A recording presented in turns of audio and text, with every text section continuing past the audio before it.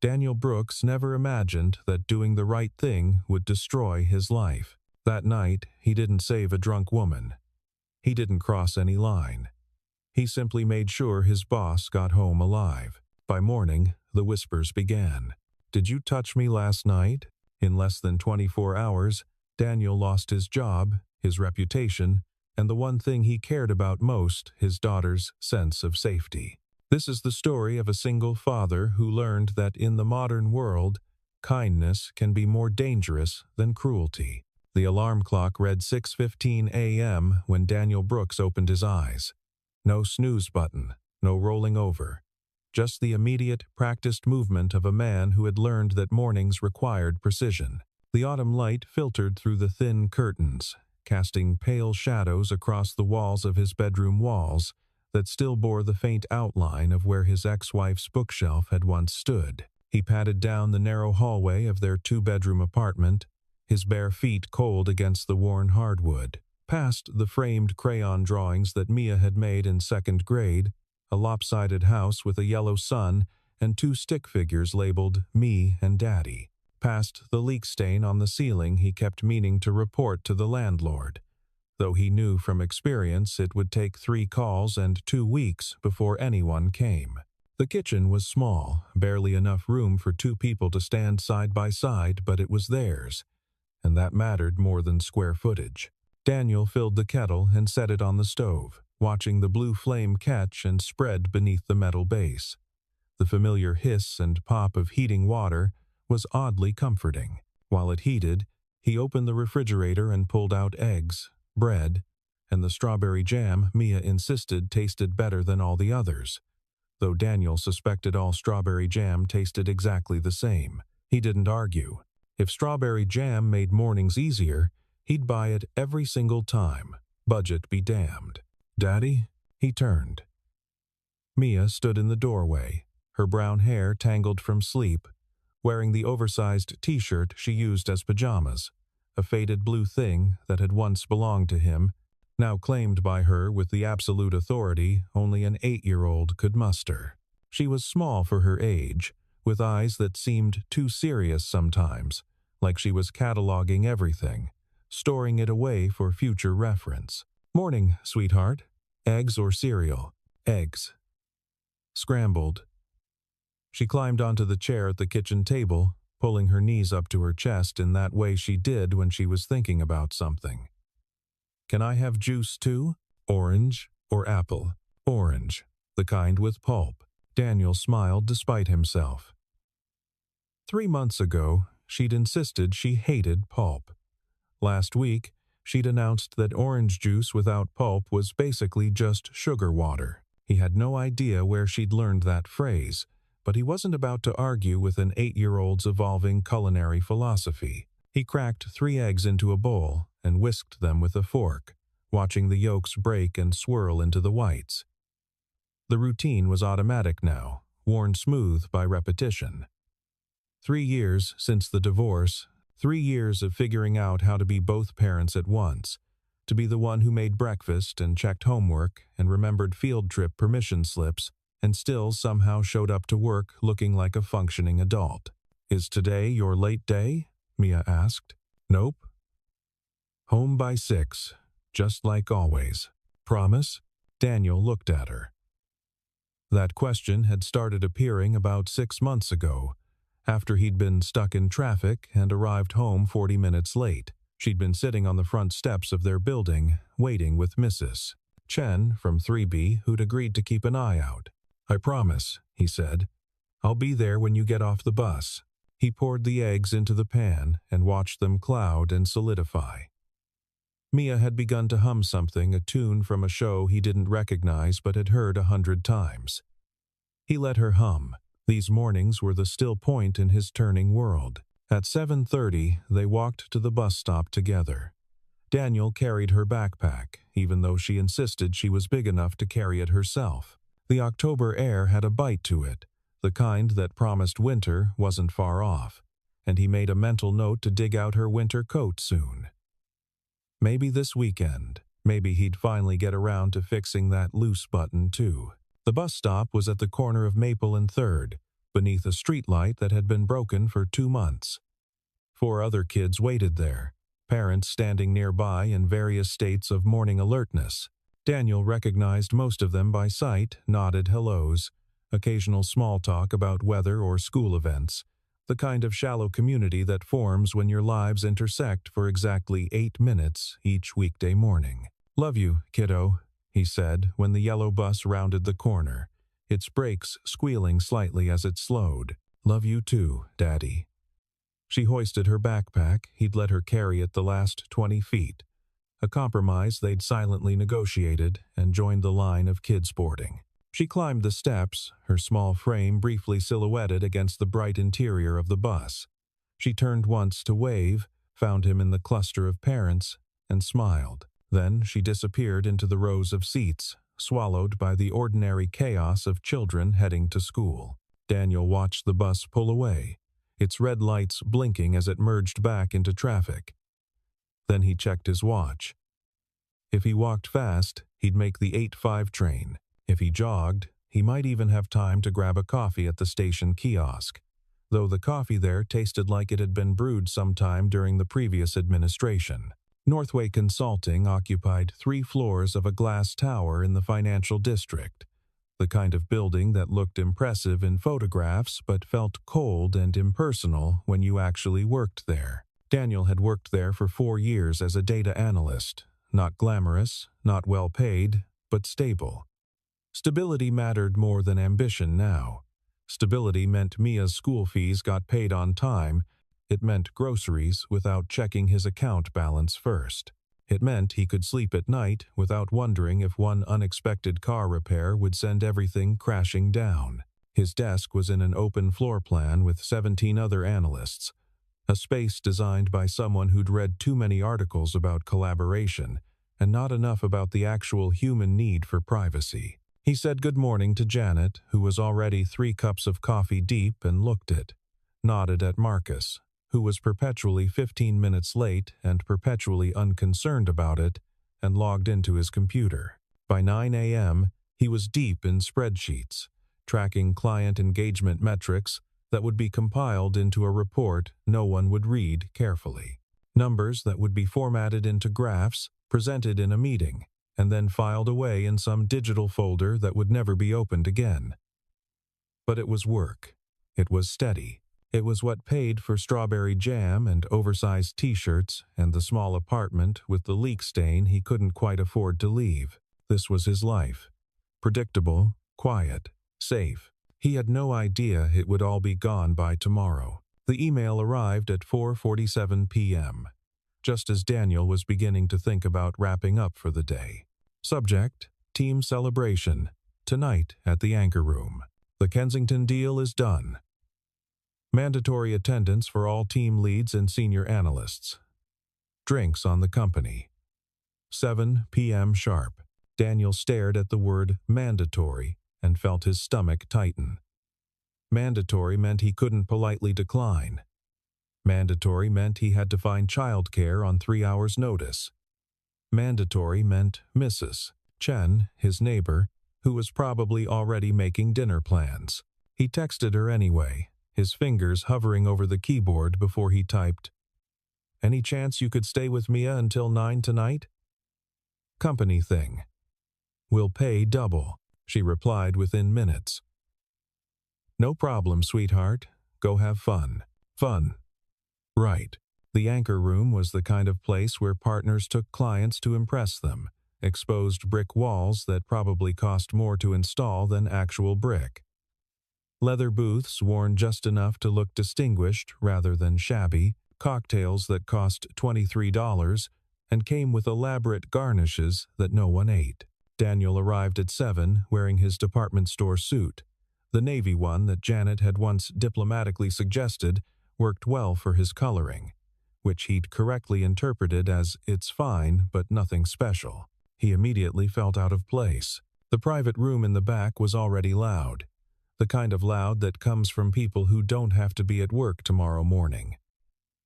30 people, maybe more, clustered around high-top tables. Someone had ordered appetizers that no one was eating small plates of things Daniel couldn't identify. arranged artfully and abandoned. The bar was crowded 3 deep, and the bartender was working with the efficient desperation of someone who'd severely underestimated the evening.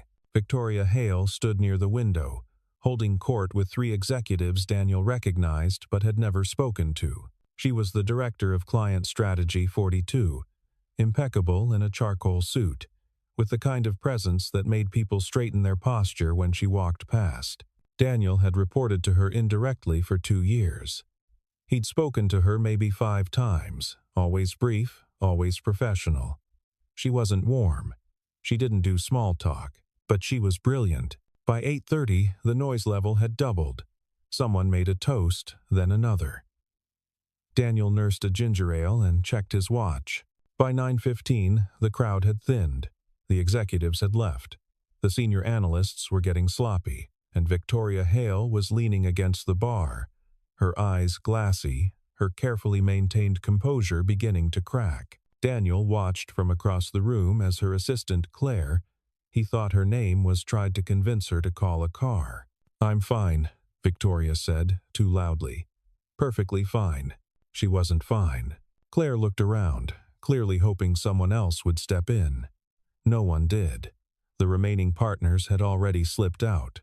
Marcus and Janet were arguing about sports. The bartender was wiping down glasses and pretending not to notice. Daniel hesitated. This wasn't his problem. He barely knew her. But then Victoria tried to stand and nearly fell. He crossed the room. "Miss Hale, let me call you a car." She blinked at him, trying to focus. "Who are you?" "Daniel Brooks." "Data team." "Data," she repeated, as if the word meant nothing. "I don't need a car. I need." She trailed off, swaying. Claire shot Daniel a grateful look. "Her apartment's 15 minutes away." "Do you have a car?" "I do. Could you? I'm sorry, I have to get home." "My sister's in the hospital." "It's fine," Daniel said. "I'll take her." He regretted it immediately. Daniel's 12-year-old sedan smelled like fast food and children's books. Victoria collapsed into the passenger seat, her head lolling against the window. "Address?" Daniel asked. She mumbled something. He checked her phone locked. He checked her purse, found a wallet, found a driver's license. The address was in Riverside Towers, one of the newer luxury buildings overlooking the water. The drive took 18 minutes. Victoria didn't speak. Twice, Daniel thought she might be sick, but she just breathed heavily and stared at nothing. The lobby of Riverside Towers was all marble and recessed lighting.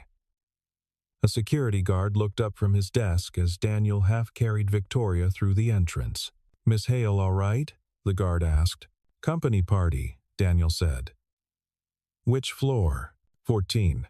"I can help. I've got her." The elevator ride felt interminable. Victoria's weight sagged against him. She smelled like expensive perfume and whiskey.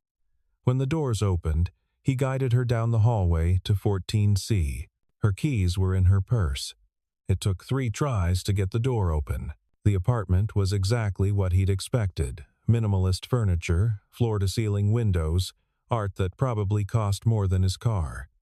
He led her to the couch and eased her down. She immediately curled onto her side. Daniel stood there, uncertain. Should he take off her shoes? Find a blanket? Wake her up to make sure she was okay? He compromised. He slipped off her heels and set them beside the couch.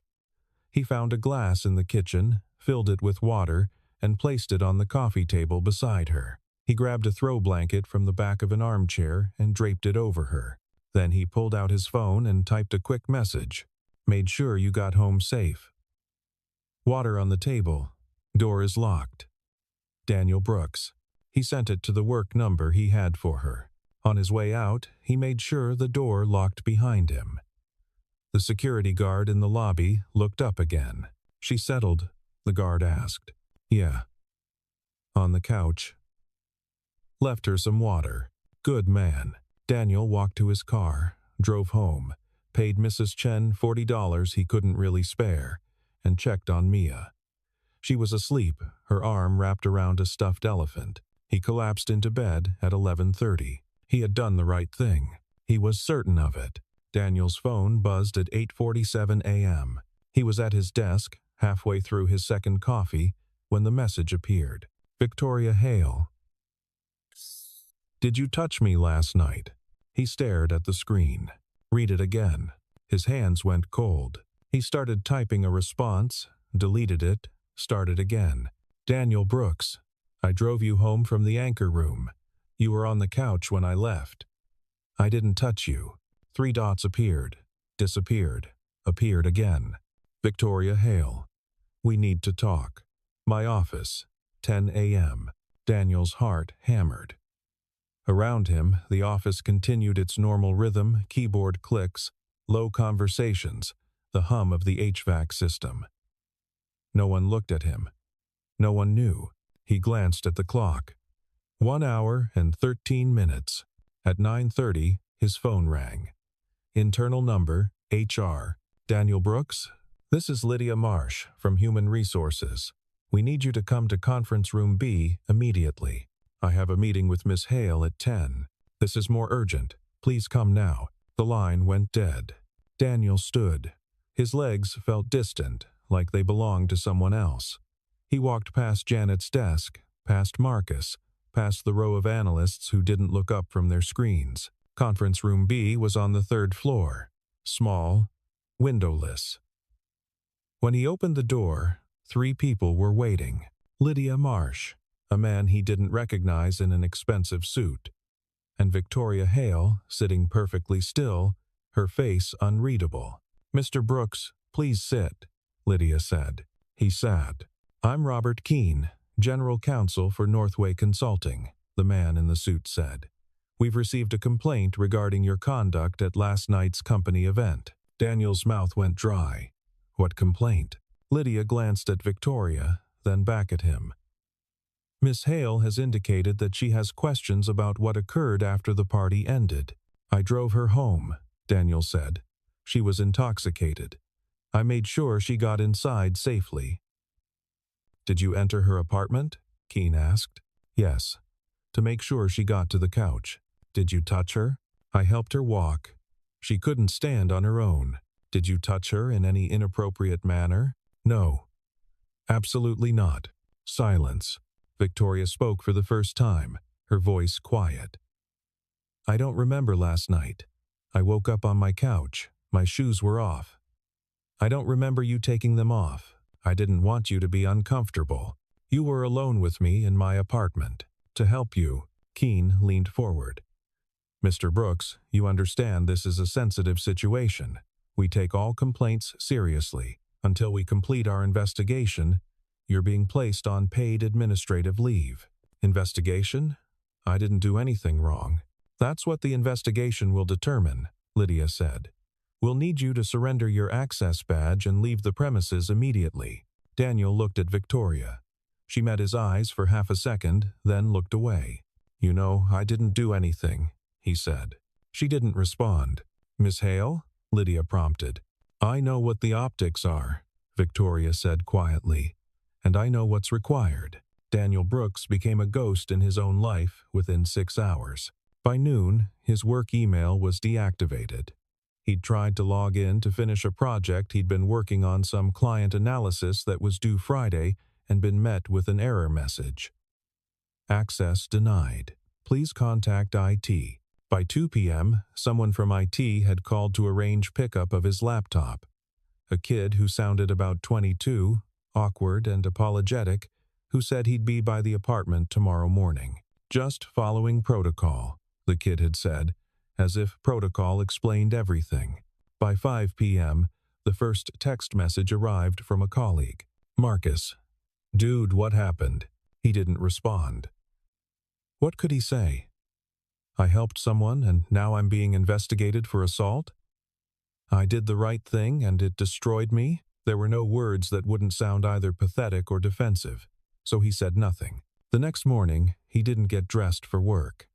He sat at the kitchen table while Mia ate cereal, her backpack already loaded for school, and tried to figure out what his life looked like now. The apartment felt different in the daytime, exposed somehow, like a stage set waiting for actors who would never arrive. "You're not going to work?" she asked, her spoon pausing halfway to her mouth. "Not today, sweetheart. Are you sick?" "Just taking some time off." She studied him with those two serious eyes, the ones that saw more than he wanted them to. "Okay," she said finally, and went back to her cereal. But he could tell she didn't believe him. After the bus came, Daniel sat alone in the silent apartment. His phone buzzed intermittently. Messages from numbers he didn't recognize. He ignored them all. On day 3, Lydia Marsh called. "Mr. Brooks, we need to schedule a follow-up interview." "What else is there to say?" "The investigation is ongoing. We've reviewed security footage from Miss Hale's building. We've spoken with the guard on duty. We've examined the timeline, and we need to speak with you again. Tomorrow, 10 a.m. He arrived early. The same conference room. The same 3 people. Keene opened a folder. "We've confirmed your account of the evening. Security footage shows you entering the building at 10:03 p.m. and exiting at 10:17 p.m. 14 minutes. The guard confirms you appeared to be assisting Miss Hale and that you spoke briefly on your way out." Relief flooded through Daniel. "So we're done?" "Not exactly," Lydia said. "While we found no evidence of misconduct, we have to consider the broader situation." "What situation?" Keene folded his hands. "Perception, Mr. Brooks. Optics. Company culture. I don't understand. You were alone with a female superior in her home while she was incapacitated. Even though your actions appear to have been well-intentioned, the situation creates complications." "Complications," Daniel repeated flatly. "Several employees have expressed concern," Lydia added, "about whether the company takes these situations seriously. About what message we're sending." "What message?" "I helped someone who needed help." "We appreciate that," Keene said. "But we have to think about precedent, about liability, about what happens if we restore you to your position and questions remain." Daniel felt the room tilt. "Questions from who?" "From anyone," Lydia said gently. "This is about protecting everyone involved." "Including me?" No one answered. Keene slid a document across the table. "We're prepared to offer you a severance package. 3 months' salary. Neutral reference. You resign effective immediately, and we all move forward. And if I don't sign, then the investigation remains open, pending indefinitely. Which means you remain on unpaid leave. Which means, eventually, we can terminate for cause based on violation of conduct policies." Daniel stared at the paper. 3 months. He had maybe 2 weeks' worth of savings. "I need time to think." "You have until Monday," Keene said. "Mia's teacher called on Thursday." "Mr. Brooks, I wanted to give you a heads up. Some of the other students have been asking Mia questions." Daniel's chest tightened. "What kind of questions?" "About why you're not at work. Whether you did something bad. I've spoken to the children involved, but I thought you should know. That evening, Mia was quieter than usual. She pushed her dinner around her plate and didn't ask to watch television afterward." "What's wrong, sweetheart?" Daniel asked. "Nothing." She looked up. "Caitlin said her mom said you got in trouble. She said you might go to jail." Daniel felt something break inside his chest. "I'm not going to jail. I didn't do anything wrong." "Then why aren't you at work?" "Sometimes grown-ups have disagreements. It's complicated." "Did you hurt somebody?" "No. Never." "Then why does everyone think you did?" He had no answer for her. That night, after she fell asleep, Daniel sat in his car in the parking lot of their building and cried. Not the quiet tears he'd shed after the divorce, but deep, wrenching sobs that came from a place he'd kept locked for years. He had done the right thing. He was certain of it. So why did it feel like punishment? Victoria Hale requested the security footage herself. She sat in her apartment on Saturday morning, laptop open, watching grainy black and white video. The timestamp read 10:03 p.m. The elevator doors opened. She saw herself barely standing, leaning heavily on a man who held her carefully, awkwardly, like she might shatter. Daniel Brooks. The hallway footage showed him supporting her to her door, fumbling with keys, getting the door open. They disappeared inside. She switched to the next file. The hallway again. 10:17 p.m. Daniel emerged alone, pulled the door closed, tested the handle to make sure it locked. He walked to the elevator. Waited. The doors opened. He stepped inside. 14 minutes. Victoria closed the laptop. She remembered nothing from that night. Nothing after the 5th drink, maybe the 6th. She'd woken on her couch, disoriented, her mouth dry, her head pounding. Her shoes had been placed neatly on the floor.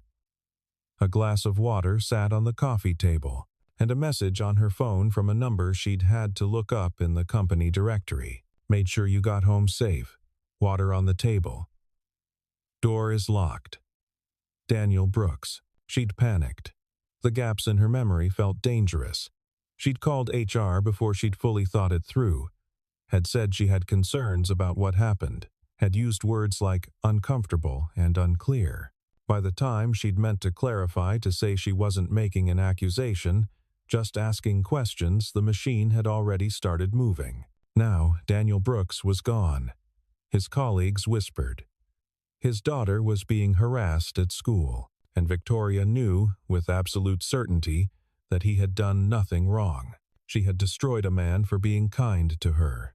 The realization sat in her stomach like lead. Sunday night, she drafted an email to HR. Deleted it. Started again. Deleted it again. Monday morning, she walked into Lydia Marsh's office without an appointment. We need to talk about Daniel Brooks. Conference Room B, Tuesday afternoon.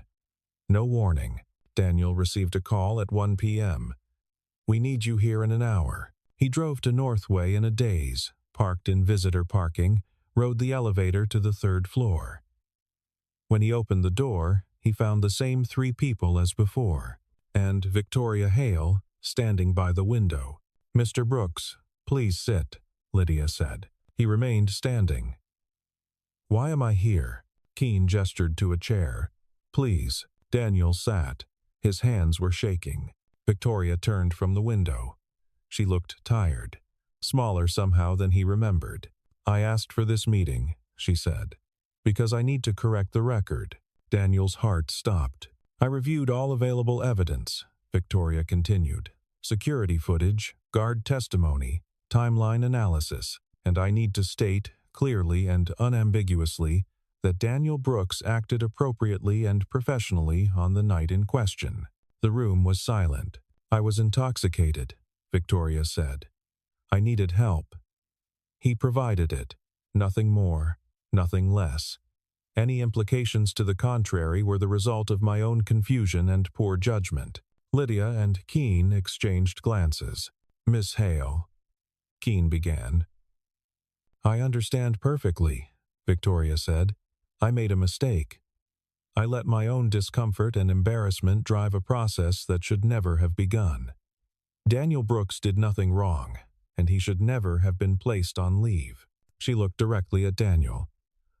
I'm sorry. Daniel couldn't speak. The words he'd been rehearsing for days, angry words, hurt words, evaporated.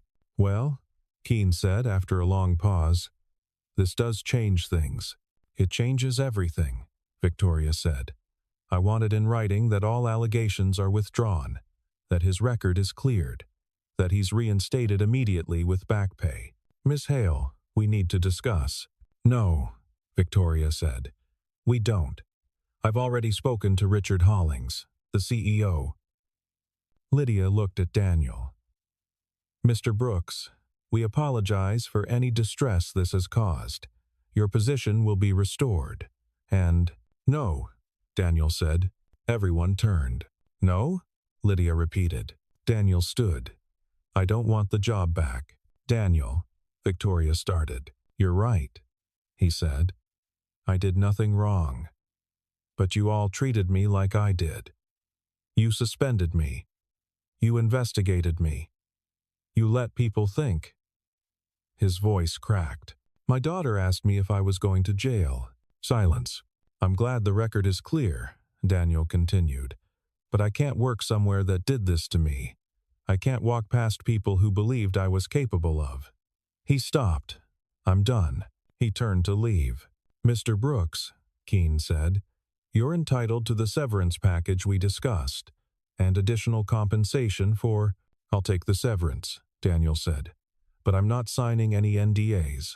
If anyone asks me what happened, I'm going to tell them. He walked out without looking back. Victoria found him in the parking garage. Daniel, wait, he turned. She stood 10 feet away, her perfect posture slightly diminished. I know sorry isn't enough, she said. You're right. It's not. For what it's worth, I didn't mean for any of this to happen. I was confused. Scared. I made assumptions. You made a phone call, Daniel said. That's all it took. One phone call, and my life fell apart. I know. Do you? Do you know what it's like to watch your kid get bullied because people think you're a predator? Do you know what it's like to lie awake at 3 a.m. wondering if you'll ever work again? Victoria's eyes were wet. No, I don't. I did the right thing, Daniel said. I helped you. And you repaid me by assuming the worst. I did.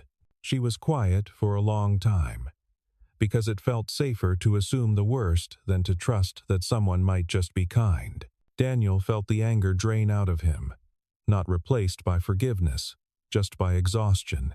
I hope you figure that out, he said, because that's a terrible way to live. He got in his car and drove away. He never saw her again. 3 months later, Daniel started a new job. The position was at a smaller firm, 20 minutes farther from home. The pay was 15% less than Northway. The office was cramped and the coffee was terrible. But when he walked through the door each morning, no one whispered. The severance from Northway covered the gap. Barely. Daniel learned to live with less, fewer takeout dinners, no new clothes. The same shoes resoled twice. It didn't matter. They had enough. On a Wednesday in February, Daniel picked Mia up from school.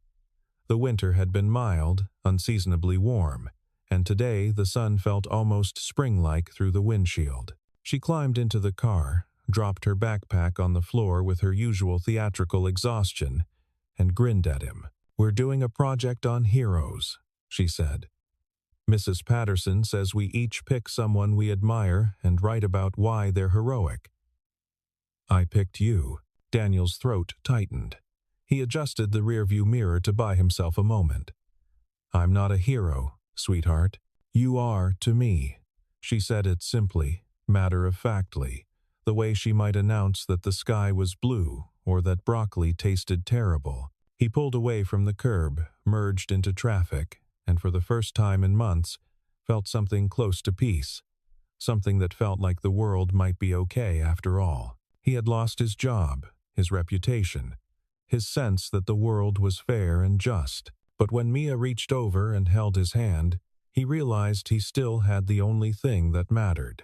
She trusted him completely and without reservation.